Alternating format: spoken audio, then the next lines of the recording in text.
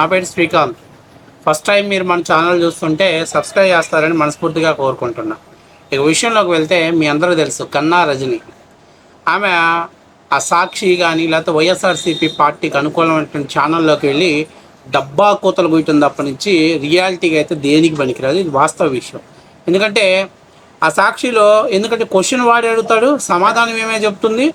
ఈమె సమాధానం చెప్పిన తర్వాత అవతల వాడే భజన చేస్తాడు. ఎందుకంటే ఇది సాక్షిలో ఉన్నటువంటి ఒక అద్భుతమైన ఘట్టం. అందువల్ల వాళ్ళు అక్కడ రాగలుగుతున్నారు. కానీ గ్రౌండ్ లెవెల్ దాటి బయటకు, అంటే ఆ డబ్బా ఛానల్స్ దాటి గ్రౌండ్ లెవెల్లోకి వస్తే అక్క పరిస్థితి ఏందో మనం మీరు చూశారు. రాయపాటి శైలజ గారు ఆ చెంప ఈ చెంప దవడలు వాయించేసి కరెక్ట్గా మన అక్కని ఎక్కడ ఉంచాలో అక్కడ ఉంచేసింది. ఆమె స్థాయి ఏందో ఒకసారి చెప్పేసింది. అయితే దీని మీద పెద్ద ఎత్తున సోషల్ మీడియాలో ట్రోల్ జరుగుతున్నసరికి మన అక్క చాలా లేటుగా దాని మీద మళ్ళీ ఇంకొకసారి రివైజ్ చేయకపోతే దానివల్ల దానికి డ్యామేజ్ అవుతుంది అనుకొని మన అక్క మళ్ళీ లైవ్లోకి వచ్చేసి ఒకసారి అక్క మామూలుగా కాదు మళ్ళీ యథావిధిగా ఆ డబ్బా ఛానల్లో జాకీలు వేసుకునే ప్రయత్నం చేస్తుంది. ఒకసారి అక్క వీడియో చూసిన తర్వాత అక్క ఏం మాట్లాడుతుందో చూసిన తర్వాత ఆ వీడియోకి మనం ఫుల్ ఫ్లెడ్జ్డ్గా కౌంటర్ ఇద్దాం. సో వీడియో చూసే ముందు మీరు మన ఛానల్ సబ్స్క్రైబ్ చేస్తారని మనస్ఫూర్తిగా కోరుకుంటున్నా. ఒకసారి చూడండి. నువ్వు అని ఒక అడ్వకేట్ ని మాట్లాడి తీరేనాది ఎవరి మీద కోప్పడిద్ది? ఆవిడ అసహనాన్ని ఎవరి మీద చూపిస్తుంది? ఒళ్ళు దగ్గర పెట్టుకొని మాట్లాడి ఉండాల. అయినా కానీ నేను కూడా అలా ఎందుకు మాట్లాడలేదంటే ఆవిడ మాటలకి సమాధానంగా ఆవిడ పదవికి గౌరవం ఇచ్చా. అది ఆల్టర్నేటివ్ జుడిషియరీ. మా న్యాయ వ్యవస్థలో ఒక బాడీ అది. దాన్ని నేనే గౌరవించకపోతే ఇంకెవరు గౌరవిస్తారు?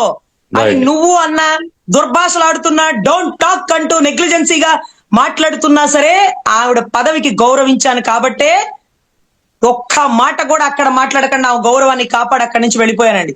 దయచేసి అలాంటి మాటలు ఇంకెక్కడ మాట్లాడకూడదని మహిళా కమిషన్ చైర్పర్సన్ ఒక నామినేటెడ్ కాదు, ఒక క్యాబినెట్ ర్యాంక్ అనేది. నువ్వు మాట్లాడాకే ప్రభుత్వం స్పందించాలి. ప్రభుత్వం సీఎం అందరూ స్పందించాక మీరు రావడం ఏంటి? మిమ్మల్ని చూసి ప్రభుత్వం గడగడలాడాల. ప్రభుత్వం నిర్ణయాలు తీసుకోనాక మీరు రావడం ఏంటి? రైల్వే కోడూరులో మహిళని నడి రోడ్డు మీద కొడితే ఈవిడ రాలా. మచ్చుమర్రి విషయంలో ఆ ఏరియాకి పోయి ఆ బిడ్డకి న్యాయం చేయాలి. ఆ బిడ్డ ఉన్నదో పోయిందో ఇంతవరకు చెప్పలా. సో మహిళా కమిషన్ అంటే పాపం సాయి కృష్ణ తల్లి కూడా మహిళే కదండి, ఆవిడ బాధపడుతుంది కదా. మరి అక్కడ ఏం స్పందించిందో అది కూడా మాకు తెలియదండి. ఎవరి మీద అది నువ్వు అనే ఒక అడ్వకేట్తో మాట్లాడే తీరే నా పాపం నువ్వు అన్నావని తెగ ఫీల్ అవుతుంది. మరి ఏం చేద్దాం? నువ్వేట చెట్టు కింద లాయర్వి. నీ చరిత్ర అంతా ఈ మధ్య మొత్తం బిట్లుగా బయటకు వచ్చేస్తుంది. ఎవరో ఒక మహిళ కేసు వాదిస్తానని చెప్పి ఆ మహిళ దగ్గర ఫోన్పే రూపంలో డబ్బులు తీసుకున్నావని, అట్లాగే ఆ మహిళతోటి విజయవాడ నుంచి సత్తెనపల్లి దాకా కారు పెట్టి ఇచ్చేసి ఏదో ఆ స్టేషన్కి వెళ్ళి పెద్ద పీకుతామని అంటే అక్కడికి వెళ్ళి మాట్లాడింది ఏమీ లేకుండా ఆమె చేత 10,000 15,000 ఖర్చు పెట్టేసి ఆ కేసుని ఇప్పుడు దాకా టేకప్ చేయకుండా ఆ కేసుకు కనీసం ఆ డబ్బులు కూడా రిటర్న్ ఇవ్వలేదని చెప్పేసి ఈ మధ్య ఆమె లైవ్లోకి వచ్చేసి తన బాధని ఆమె వెళ్ళగక్కేసింది. ఇప్పుడు ఏమైంది బాధ? నువ్వు అన్నారని తెగ బాధపడుతుందంట. మరి నువ్వు ఏమంటారమ్మా నిన్ను? ఇప్పుడు ఒక స్థాయిలో ఉన్నటువంటి వారు ముఖ్యమంత్రినే మీరు నువ్వు అని సంబోధిస్తున్నటువంటి పరిస్థితి, దరిద్రమైన పరిస్థితి మీ దగ్గర ఉంది వైసీపీలో. అలాంటిది ఇప్పుడు నువ్వు అని అన్నారని తెగ బాధపడుతున్నావు ఏంటి? అంటే నువ్వు అనే పదం నీకు నచ్చలేదా? ఇప్పుడు నేనేమనాలి? హైకోర్టు లాయర్ రజనీ గారు అని సంబోధిస్తే అప్పుడు మీరు హ్యాపీగా ఉంటారా? మీరు హ్యాపీగా ఉంటారా? అసలు నాకు అర్థం కావట్లేదు. ఎవరు రెచ్చగొట్టింది నువ్వు. అక్కడ కెమెరాలు ఉన్నాయి, చుట్టుపక్కల సోషల్ మీడియా ఉంది. నేనేదో పెద్ద మాట్లాడితే నన్ను హైప్ చేస్తారు. నన్ను వైసీపీ వాళ్ళు పెద్ద ఎత్తున బాగా నన్ను మళ్ళీ రజనక్క కిరగదీసింది, రజనక్క కుమ్మేసింది, రజనక్క పొడిచేసింది. రజనక్క దెబ్బకు సైలెంట్ అయిపోయిన మహిళా కమిషన్, రాయపాటి శైలజ నోరు మూయించిన లాయర్ రజనక్క, లేకపోతే రజనక్క విజృంభించేసరికి దండం పెట్టి పారిపోయిన మహిళా కమిషన్. ఇట్లాంటి స్టేట్మెంట్లు యూట్యూబ్ థంబ్నెయిల్స్ కోసం అని చెప్పి నువ్వు అక్కడికి వెళ్ళి పకడ్బందీగా అక్కడికి వెళ్ళావు. నువ్వేమంటావు?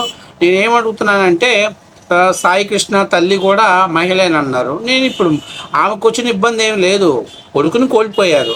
మరి అదే సాయి కృష్ణ కత్తితో పొడి చంపేసిన ఆమె కూడా మహిళే కదా. మరి ఆ కుటుంబాన్ని మీరు వైసీపీ వాళ్ళు కానీ ఎందుకు పరామర్శించరు, ఎందుకు చేయరు? ఇప్పుడు నేనేమంటున్నానంటే సీదిరి అప్పలరాజు నిన్నగాక మొన్న యాక్సిడెంట్ చేసి వాళ్ళ కొడుకు యాక్సిడెంట్ చేసి చంపేశారు కదా, వాళ్ళు మరీ దారుణమైనటువంటి పరిస్థితిలో ఉన్నారు, చాలా ఇబ్బందికరమైన పరిస్థితిలో ఉన్నారు.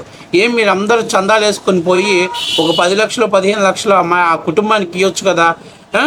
ఒక రౌడీ షీటర్కే మీరు 20 లక్షలు ఇచ్చినప్పుడు అసలు ఏమీ సంబంధం లేనటువంటి వ్యక్తి దారుణంగా చనిపోతే అతని కుటుంబానికి ఒక 30-40 లక్షలు ఇచ్చినా కూడా తప్పు లేదు. ఇవ్వండి అమ్మ, తప్పేం లేదు. మేము కూడా మిమ్మల్ని మనస్ఫూర్తిగా అభినందిస్తున్నాం. ఇవేం లేదు, అక్కడికి వెళ్ళింది ఏదో ఓవర్ చేద్దాం అనుకుంది, ఆ చెంప ఈ చెంప వాయి చేసింది. ఇప్పుడు సోషల్ మీడియాలో ఎటువైపు చూసినా పాపం రజనీని హైప్ చేసి లేకపోతే బిల్డప్ ఇచ్చి పైకి లేపుదామంటే కుదరట్లా, పరువు పోయింది రే. ఇప్పుడు చాలా రోజుల తర్వాత ఈ యాక్చువల్గా రాయపాటి శైలజ గారు కావచ్చు, ఇంకెవరైనా కానీ అరే బజార్లో గజ్జి కుక్క అరుస్తుంది, ఇక్కడ వైసీపీ నాయకులు అరుస్తారు, పెద్దగా పట్టించుకోవాల్సిన అవసరం లేదని ఏదో ఆ క్షణంలో అక్కడ మాట్లాడేసి వెళ్ళిపోతారు. సో ఇప్పుడు ఇంక పొద్దుగూకులు దీని మీద నీకంటే పని ఏం లేదు, నువ్వు అదే పని పెట్టుకున్నావు కాబట్టి పొద్దుగూలు సాగదీస్తూ ఉంటావు. అవతల వాళ్ళకి చాలా పనులు ఉంటాయి కదా, పట్టించుకోరు. అందుకని చెప్పేసి ఇన్సిడెంట్ జరిగిన తర్వాత 10 రోజుల తర్వాత మన అక్క బయటకు వచ్చి రాయపాటి శైలజ గారు మీరు ఎలా మాట్లాడతారా, అలా మాట్లాడతారా, మీరు క్యాబినెట్ హోదా ఉన్నోళ్ళు, మరి క్యాబినెట్ హోదా ఉన్న వాళ్ళతో ఎలా మాట్లాడాలో నీకు తెలుసా, నీకు సంస్కారం ఎలా మాట్లాడో తెలుసా. ఆ పక్కనున్న ఆయన సమాధానం చెప్తుండే ఉండు అని ఒక మగవాణ్ణి నువ్వు నీ ఇష్టాసారంగా నోటికి ఎలా పెడితే అలా మాట్లాడితే నువ్వేదో పెద్ద పుడింగిలాగా. నేను అడుగుతున్నా, గత 5 ఏళ్లలో వైసీపీలో ఎంతమంది మహిళలకు న్యాయం చేశారు? వేళ మీద లెక్క పెట్టుకోవచ్చు, వేళ మీద కూడా కాదు, అసలు నాకు తెలిసినంతవరకు చిటికినేలు కూడా ఊపలేని పరిస్థితి ఉంది. కానీ ఇవాళ బాధిత కుటుంబాలకి ఇమ్మీడియట్గా యాక్షన్ తీసుకుంటే లేదు మేము సాటిస్ఫై అవ్వలేదు. మీరెవరమ్మా సాటిస్ఫై అవ్వటానికి? మిమ్మల్ని సాటిస్ఫై చేయటం ఎవరి అవుతుంది? మిమ్మల్ని సాటిస్ఫై చేయడం ఎవరి అవుతుంది? వైసీపీ నాయకులు సాటిస్ఫై చేయడం ఎవరి అవుతుంది? ఒక జగన్మోహన్ రెడ్డి వల్లే అవుతుంది. జగన్మోహన్ రెడ్డి అది నంది అంటే నంది అంటారు, అది పంది అంటే పంది అంటారు. అది మీ పరిస్థితి. కాబట్టి నువ్వు ఎచ్చడికి వెళ్ళావు, నువ్వు బిల్డప్కి వెళ్ళావు, ఏదో పొడుద్దాము చుంచుదాము, కెమెరాలన్నీ ఉన్నాయి, రేపొద్దున్నే నాకు పెద్ద దాన్ని ఏమంటారు ఎలివేషన్స్ వేస్తారు, నేను పెద్ద హైలైట్ అయిపోతా, జగన్మోహన్ రెడ్డి దగ్గర ఇప్పుడు ఇచ్చే పేమెంట్ కాకుండా ఇంకా పేమెంట్ ఎక్కువ వస్తుందని ఎక్స్పెక్ట్ చేసి వెళ్ళావు, అతి చేసావు, ఆ చెంప ఈ చెంప వాయించేసింది. ఇప్పుడు బయటకు వచ్చేసి ఆ పరువు కాపాడుకోవడం కోసం బిల్డప్ మాట్లాడుతాను. నేను అడుగుతున్నా, గత 5 ఏళ్లలో దిశ అనే ఒక దిక్కుమాల చట్టాన్ని తీసుకొచ్చి ఎంతమంది మహిళలను కాపాడాడమ్మా, ఎంతమంది మహిళలకి న్యాయం చేశాడమ్మా అని చెప్పాడు. ఆ చట్టం చేసేటప్పుడు 21 రోజుల్లో దోషుల్ని లోపల పెట్టేస్తాం, 21 రోజుల్లో కేసు తేల్చేస్తాం, ఏదో తప్పు చేశాడని తెలిస్తే మాత్రం కఠిన శిక్షలు. ఒక్కటకన్నా ఆ దిశ చట్టం ఉన్న న్యాయం చేసిన సందర్భాలు ఉన్నాయా? మీరు మాత్రం ఎలివేషన్స్ చేసి పైకి లేపారు. కాబట్టి నేనేం చెప్తున్నానంటే, ఫస్ట్ ఆఫ్ ఆల్ మనం ఏం మాట్లాడతామో తిరిగి అదే మనకు వస్తుంది.